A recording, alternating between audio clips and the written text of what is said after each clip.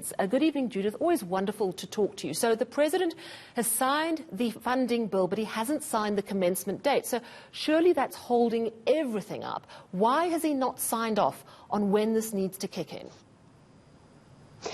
Well, good evening, Sally. So that is indeed the nub here, is that there is no commencement date. And so they're two pieces of legislation. And this all flowed from the My Vote Counts constitutional court case. So it's the Political Party Funding Act, which you've mentioned, and the Promotion of Access to Information Amendment Act, which is a sort of empowering legislation with regards to the recording of donations and the issue around access to information. And so really we are in limbo.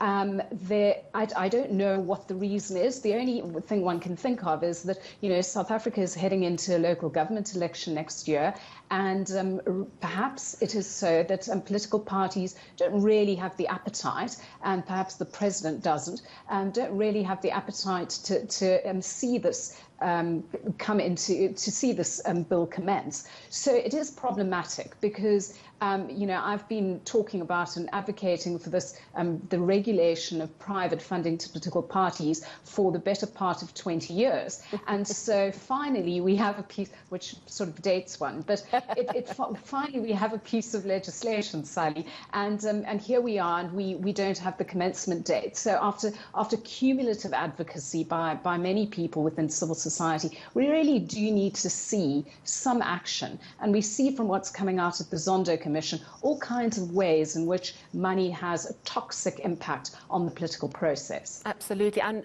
my next question is, obviously you're very familiar with this piece of legislation which has been signed, but there's no sign-off on the commencement date. Would it clean up some of the sort of dubious links that we're seeing between political parties and people that have appeared at the State Capture Commission, the Edwin Sodis and the Bosasas of this world? Would it absolutely sort out a lot of that? Well, Sally, I don't think you'll absolutely sort this problem out. If you look around the world and through comparative research, you've seen even in places like Germany and developed democracies and you look at the United States and the deep levels of corruption that there are, and there they do have some form of regulation. And so it's very difficult to remove the impact of money on the political process because, of course, what we've always said is that politics you need money, you need something to kind of grease the wheels. But the question is around transparency and whether you and I, as ordinary citizens, understand that when a donation is made, that there is some level of disclosure regarding that donation, who gives what to whom, so that we can see whether a tender has been given to an individual or to a company, or if there are policy shifts. And this is particularly important in a country which is as divided as ours, as where we have so many poor and marginalized who don't have voice. And what this means is the people's voices of the poor mostly are drowned out by big money, essentially. So it won't, but to answer your question, it won't remove all of this. And what the Political Party Funding Act does is it sets up a multi-party democracy fund to be administered by the IEC, which I think is a good thing. And that money will be distributed proportionately and equitably. And so there you have an opportunity for individuals to donate to this fund, and it is for political education, shaping the public discourse, and so on. So that is quite a noble cause in my view.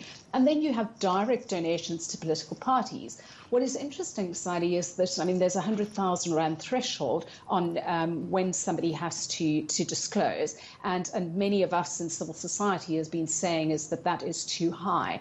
But what is interesting is that how much this has come up at the Zondo Commission. For example, what the new act does is it prohibits state-owned enterprises from donating to political parties. And we saw recently that Judge Zondo was horrified that Eskom, I think it was, had been giving lots of money to the ANC, and one of the witnesses acknowledged that.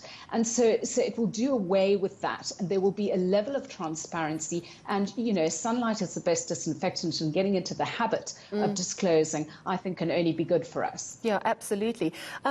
when the President does get round to signing the commencement date on this important legislation around transparency of political party funding, will it be just going forward? How soon might it kick in? Will it be immediate? Will it be retroactive? Or is there a whole process that still has to happen before we see any impact of it? There are regulations that have already been drafted, so that is not the problem. I suspect that there will need to be some level of readiness from the IEC. Initially, they had said that they didn't want the Act implemented immediately because they needed to get their act together if they're going to administer the fund, but also the recording of all these donations and how one goes about that. So there is, I don't think we should underestimate the administrative challenge that there might be, but the IEC generally has done a good job, although we enter into next year in a more complex political terrain and more complex elections. So I don't see any reason why this Act cannot kick in immediately. I don't think it will be, there won't be retroactivity, and that it is going forward what donations are being given to political parties. And as I said before, I think this is particularly important because we have a local government election and there are new players on the scene and it's going to be deeply contested. The ANC is in a difficult position, and so therefore money becomes important. But not only for the ANC, I think we have to acknowledge that most political parties have had their levels of scandal around party funding issues. Absolutely, and sunlight is the best way to open it all up. Thank you very much, Judith February, political analyst and fellow at the Wits School of Governance.